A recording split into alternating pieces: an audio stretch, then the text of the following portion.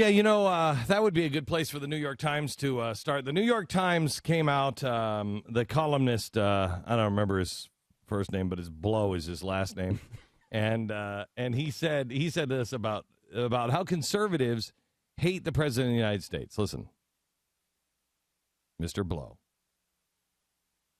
Sununu is basically just tapping into this otherness idea that persists about Barack Obama. If you look at the people who say that they are for Romney, they're actually not for Romney at all. They're just against Barack Obama. And a large part of those people are, as Joey was saying, just bitter. They hate the idea of this guy.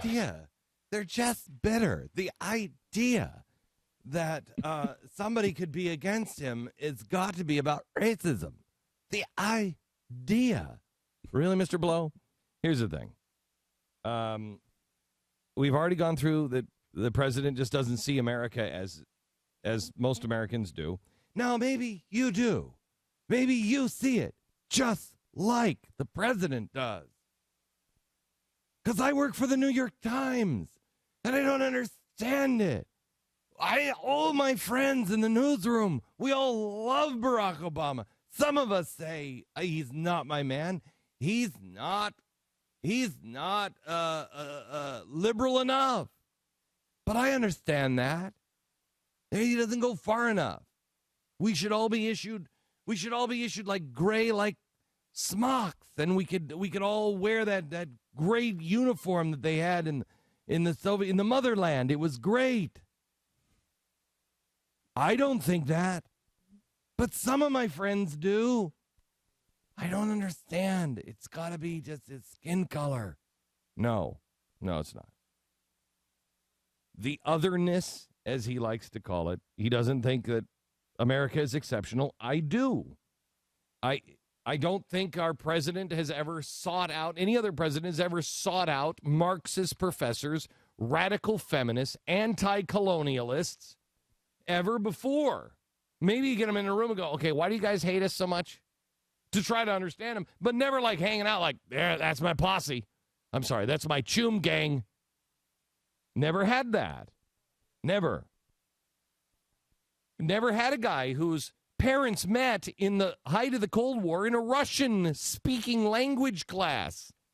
Never had a president before whose mentor, you should read the book, The Communist, whose mentor, communist, why does he hate communists? Is it because of the color red? Never had a mentor try to tell the president of the United States that, yeah, America sucks. Never had that.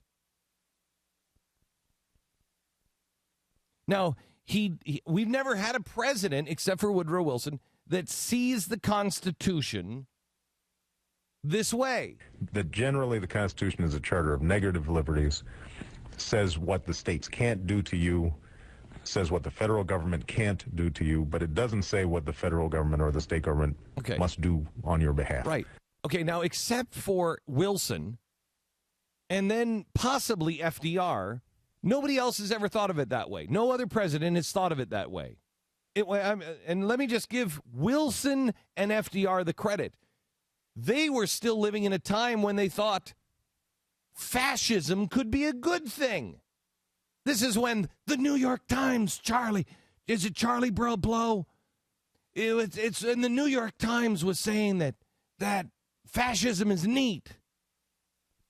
That Mussolini is a great cat. I don't know why. Is it because he likes spaghetti and you don't? You don't like him? Most Americans like the way the Constitution was written. So collective salvation, America is not exceptional, grew up with Marxist, anti-colonialist, has serious reservations about the Constitution. That brings us to the president's speech last week about individualism. Collective salvation, there is no individualism. Makes sense, it works. Brings us to last week's speech on individualism and success. You got a business. Yeah. You didn't build that. I didn't? Somebody else made that happen. I know who. Who? Was it 3rd and Elm Street? Who? I know we have got great sewer systems and I know that we have great roads, and somebody else invented the telephone, but I think I built my business. I think along with a lot of people who I employ and pay, I think I built my business. That is a big deal. That is unlike the beliefs of the vast majority of Americans, all skin colors, all creeds. The vast majority of American presidents, they never thought that. Now, Van Jones, the communist revolutionary and founding member of STORM, and our green job czar, he thought that was deeply patriotic.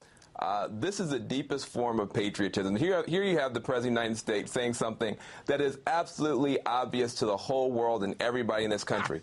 America's government has been a partner to America's business community. That is a part of the beauty of America. It is deep patriotism to point that out. It's a lot harder to make a lot of money in other countries. In our country, you got the roads, the bridges. We have the rule of law. You've got to be kidding me. Let me tell you something. The BMW was invented and the Mercedes because of the Autobahn. I mean, what are you talking about? This is crazy. Anyone with half a brain knows better. The government doesn't share the credit for our success because they built the roadways with our tax money. It's ludicrous. And everybody, I don't know about the rest of the world, but the vast majority, I can walk up to pretty much anybody in Times Square or in the town square in Cedar Rapids, Iowa, or in Dallas, Texas, and say, did Henry Ford invent the Model T? Was he the inventor of the Model T? Is he the guy who came up with the industrial production line? Is he the guy who did that? Or was that, or is Ford only there because of the roads and the subway system and the internet? There's not a soul. There's not a soul that would say, oh, yeah, no, it's the roads. And are our roads? I mean, it's amazing that the only reason why we can be the most successful country in the world is because we have such great infrastructure, and yet they need all these stimulus packages because our infrastructure sucks so much. Wait a minute. Are we India or are we the United States? How is India growing? Have you looked at their rivers or their sewage system? How are they growing? How are they growing? They can't answer that question. The freeways are crowded. The freeways are under construction. The freeways are loaded with potholes. It makes it harder to get where you need to be to succeed. I've never succeeded on the freeway. I've been frustrated on the freeway. The government is also responsible for stifling restrictions, regulations, interference, taxation that hampers our success. We all acknowledge that no man is an island. Those who believe that one man is an island, they fail. He's talking about collectivism in business as well as religion.